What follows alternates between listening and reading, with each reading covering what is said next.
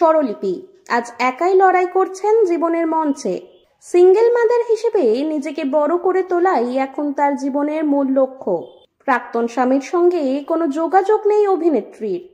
সম্প্রতি নিজের কেরিয়ার সংগ্রাম ও ইন্ডাস্ট্রিতে পাওয়া অপমানের অভিজ্ঞতা নিয়েই অকপট স্বীকারোক্তি করেছেন স্বরলিপি। ছোটবেলা থেকেই অভিনেত্রী হওয়ার স্বপ্ন দেখতেন তিনি। মডেলিং দিয়েই শুরু হয় তার পথ চলা। এরপর ধীরে ধীরে সঞ্চালনার জগতে পা রাখেন।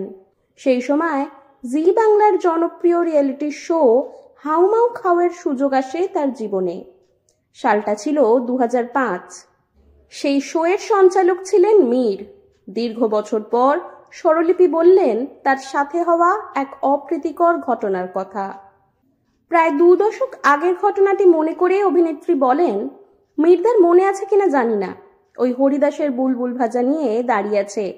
হঠাৎ করে বলল, স্বরলিপি তোমার বুকগুলো ফলস, ওই দুটো দিয়ে দাও, আমি লাগাই। বলে সবাই আমার বুকের দিকে তাকালো।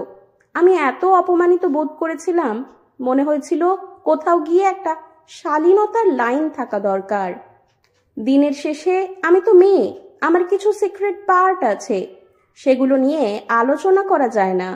তারপর থেকে আমার আত্মসম্মানে হানি হচ্ছিল খুব। আমি সোজাসুজি বললাম, শোটি আমি করব না। এই ঘটনার কথা প্রকাশ্যে আসতেই নেট দুনিয়ায় তীব্র প্রতিক্রিয়া শুরু হয়েছে। সোশ্যাল মিডিয়ায় ভাইরাল হয়েছে স্বরলিপির মন্তব্য।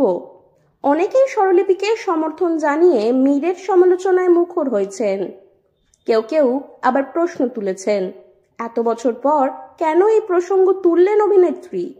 অভিনেত্রীর পাশে দাঁড়িয়ে এক নেটিজেন লেখেন, মীর শালীনতার মাত্রাটা কোনোদিনই জানে না, এই জন্যই ঋতুপর্ণর সঙ্গে ওর ঝামেলা হয়েছিল। মীরদার মনে আছে কিনা জানি না, সেই হরিদাসের বুলবুল ভাজা সেই নিয়ে দাঁড়িয়ে আছে। হঠাৎ করে বললো, স্বরলিপি তোমার বুকগুলো তো ফলস, ওই দুটো দিয়ে দাও, আমি লাগাই। সেদিনকে এত ইনসাল্টেড ফিল করেছিলাম। কোথাও কিনা একটা কোথাও ব্যারিকেড থাকা দরকার। আলটিমেট আমি একটা মেয়ে, আর আমার কিছু সিক্রেট পার্ট আছে, সেইগুলো ডিসকাস করা যায় না। তো আমি ওইগুলোর পর থেকে না ভীষণ নিজের আত্মসম্মানে হানি হচ্ছিল।